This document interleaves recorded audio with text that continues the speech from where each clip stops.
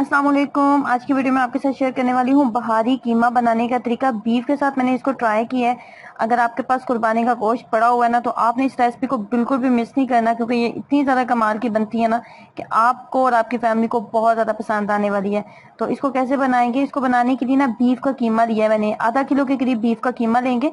Beef का जो कीमा है ना, ये मैंने चॉपर में बनाया है, कीमा मशीन में नहीं बनाया, तो इसलिए आपको थोड़ा ये बारीक नजर आ रहा है। और इसके अंदर किसी भी चर्बी वगैरह का मैंने इस्तेमाल नहीं किया। अब यहाँ पे हमने इसकी मैरिनेशन करनी है, तो एक कप के करीब मैंने दही इसके अंदर ऐड किया है। आधा किलो बीफ का कीमा है, एक कप इसके अंदर दही गया है। मसाले मैं आपको बता दूं तो एक चाय का चम्मच नमक, एक खाने वाला चम्मच धनिया पाउडर, एक खाने वाला चम्मच जीरा पाउडर, एक खाने वाला चम्मच ड्राई कोकोनट पाउडर, ठीक है। और इसके बाद आपने 1 से 1.5 खाने का चम्मच इसके अंदर चिली फ्लेक्स का इस्तेमाल करना है। जो बाहरी खाने होते हैं ना, बाहरी स्टाइल जो खाने होते हैं, उनके अंदर जो है वो डाला जाता है, खोपरा भी ऐड किया जाता है, बादाम वगैरह भी ऐड किए जाते हैं, लेकिन मैं यहाँ पे सिर्फ खोपरे का इस्तेमाल किया। ड्राई खोपरा हम इसके अंदर डालेंगे। उसके बाद इसके अंदर हम डालेंगे लहसुन अदरक का पेस्ट। 1 खाने का चम्मच मैंने लहसुन अदरक का पेस्ट डाला है।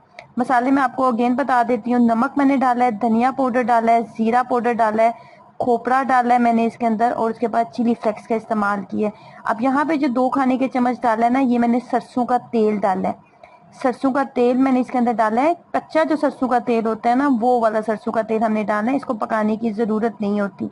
उसके बाद 1 खाने का चम्मच हमने चने जो भुने हुए चने होते हैं ना, उनका पाउडर मैंने डाला है। 1 खाने का चम्मच भुने हुए चनों का पाउडर डाला है। 2 खाने के चम्मच सरसों का तेल डाला है। तमाम मिक्सचर को अच्छे से मिक्स अप करने के बाद ना, कम से कम आपने 2 से 2.5 घंटे इसको टाइम देना है, ताकि ये अच्छे से मैरिनेट हो जाए। जैसे ही अच्छे से मैरिनेट हो जाएगा तो हम इसको पकाएंगे। मैंने यहाँ पे घी की मिकदार में आपको बता दूं तो तकरीबन 1 कप के करीब हमने घी लिया था। उसके अंदर मैरिनेट किया हुआ जो चिकन था वो मैंने सॉरी चिकन नहीं, कीमा था, वो मैंने इसके अंदर डाल दिया। अच्छा, यहाँ पे ना जब मैरिनेशन आपने करनी है, तो यहाँ पे मेरे से एक मिस्टेक हो गई थी। ये मैरिनेशन करने के दौरान ब्राउन प्याज हमने 1 कप के करीब इसके अंदर ऐड करना था, ब्राउन प्याज, लेकिन मैंने वहां पे ऐड नहीं किया था, मुझे याद नहीं रहा। तो यहाँ पे स्टेज पे मैं ब्राउन प्याज इसके अंदर ऐड कर दूंगी।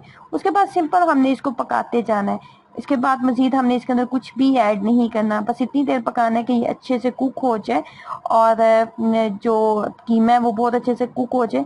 कोई पानी शानी ऐड नहीं मैंने किया था। जब आप मैरिनेशन इसकी 2 से 2.5 घंटे कर लेते हैं ना, तो दही के साथ ही ये बहुत अच्छा सा इतना नरम हो जाता है कि ये बहुत जल्दी कुक हो जाता है।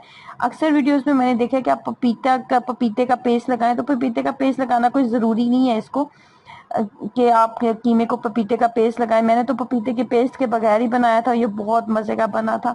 और सरसों के तेल का भी इसके अंदर बहुत मजे का फ्लेवर आता है, आपको लगेगा ही नहीं कि आप इसने इसके अंदर सरसों का तेल डाला है। जैसे कुकिंग का अलग हो जाए और कीमा बहुत अच्छे से कुक हो जाए ना, तो आपने इसको कोयले का धुआं देना होता है। बहुत सिंपल सी रेसिपी है, लेकिन बहुत कमाल की बनती है। और आप अगर आपको कीमा खाने में बहुत पसंद है ना, तो ये रेसिपी एक ऐसी रेसिपी है कि ये आपकी मोस्ट फेवरेट रेसिपी होने वाली है। तो ट्राई कीजिएगा बहारी कीमा और अपना एक्सपीरियंस शेयर करें। अल्लाह हाफिज।